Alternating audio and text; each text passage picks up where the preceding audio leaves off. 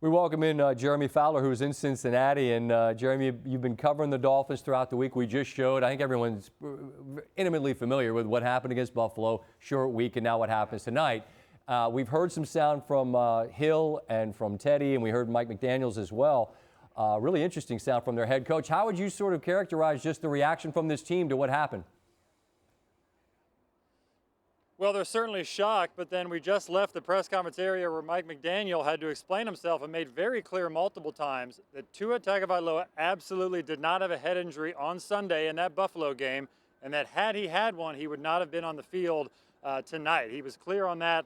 You know, he said that he takes it very seriously, that their medical professionals were thorough in the entire process. And so that sentiment was echoed from Connor Williams, a guard I spoke to in the locker room, who said that Tua was completely fine to play and that he was ready to play. It was just a freak accident and a, quote, crummy situation. And so otherwise, players are just trying to deal with their emotions on this.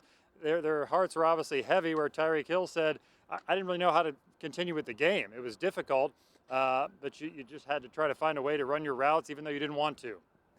That's interesting to hear that. And the challenge I think that we all face at the moment is that everybody lives in this social media world where when we see visibly, and it's shaking. You get shaken to see somebody who's so visibly, clearly injured. And off of what happened last week, people are just never going to buy that it wasn't a head injury. They're never going to buy it.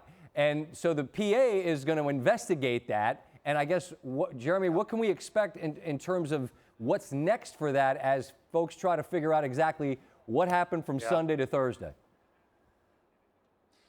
Yeah, Scott, it's my understanding that the NFL Players Union and the NFL Management Council have already gone pretty knee-deep in this investigation. They've begun their interviews, their reviewing of the tape from Sunday at Buffalo, and now they suddenly have a bigger case file with all this. So they're going to have to expand the investigation, look more into this whole process from Tua getting the concussion tonight, which Mike McDaniel was clear on, that he had a concussion and that he was fuzzy when he had an interaction with him on the field, to him being discharged from the hospital tonight. And that whole process is going to now have to be reviewed by the league. And so, you know, this could take some time.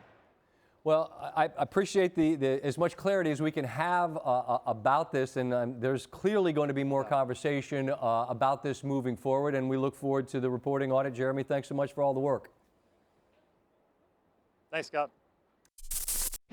Thanks for watching ESPN on YouTube. For live streaming sports and premium content, subscribe to ESPN+.